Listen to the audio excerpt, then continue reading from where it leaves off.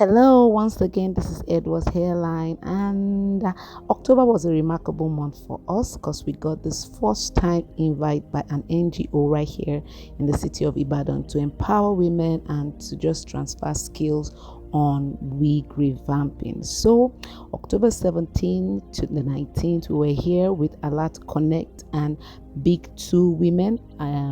That's the Women Initiative in Ibadan to empower about 17 to 20 women that attended this workshop. It was really an eye-opening session for us because it just told us that a lot of women don't know so much about the wigs that they buy and even how to care for them. It was an interesting time for us, a 3-day empowerment program. So on day one, we educated them on synthetic wigs first because we realized that there are various categories of women, and at different phases of their lives, they could be buying any of this type of hair. It's not everyone that may be able to afford Vietnamese hair or hairs in the ranges of 6 digits and all. So we started from the very basic, which is synthetic hair. We touched hair blends.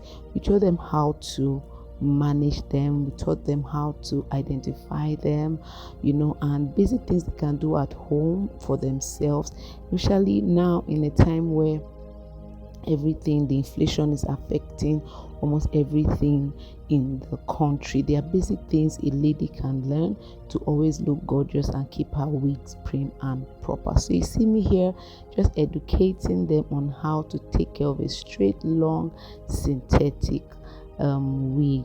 We also made them to realize that many times when you go online on Instagram, you see a lot of people calling synthetic hair blends.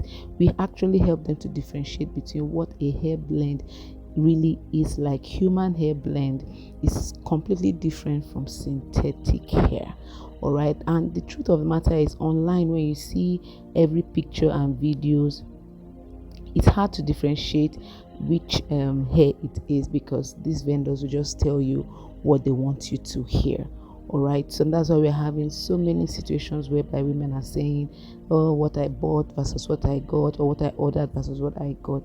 But the truth of the matter is, it will be best to be educated on some of these tiny little things so that you will not fall prey. I remember in that class, a lady brought one of her hairs and was telling us she ordered for a bouncy online, and look at what they sent to her. One of the disadvantages of those things is that once the hair has gotten to you, what are you going to do? Are you going to pay again to deliver it back to the vendor? Some vendors are not even so nice, they just say things to people anyhow, and it's really a tough one, so to say, when it comes to this hair business. But then let's get back to what we're saying here. So right here, I was allowing all of them test run to feel the hairs, to practicalize some of the things I had taught them. I called them out one by one. Come on, test your hand on this. What does it feel like? All right, use this tool to just work on it and tell me what you feel like. One of the ways I love to train is that I try to make it as practical as possible. All right, so this is us washing some of the hairs so that they could know exactly how to wash hairs. We had to correct how to wash hairs. I showed some videos on YouTube showing them how some videos on YouTube is educating our women in the wrong way. When your hairs are very tiny fibers, you don't wash your wigs like you're washing a cloth. There are videos on YouTube that tells you to wash them as cloth. They just squeeze them. We saw some and we're like, no. And I said, no, this is not how to wash your wigs. You have to be tender on your wigs. You don't squeeze your wigs harshly. All right, it's really wrong, because the more you do that, you are indeed soiling it. I took them through all the names of the tools they will need, flexi rollers, the clip rollers, the conditioners, the display mannequins, took them all through all of that. At first they were all thinking, when will I be able to start this? It's so money consuming and all of that. But I have to let them know that it's a journey. One thing about the hair business is that you can start from where you are and with what you have, just taking them, buying your gadgets one by one. You can see me taking hairs to them one by one here. Okay, I'm testing their knowledge. What do you think about this hair? What do you think?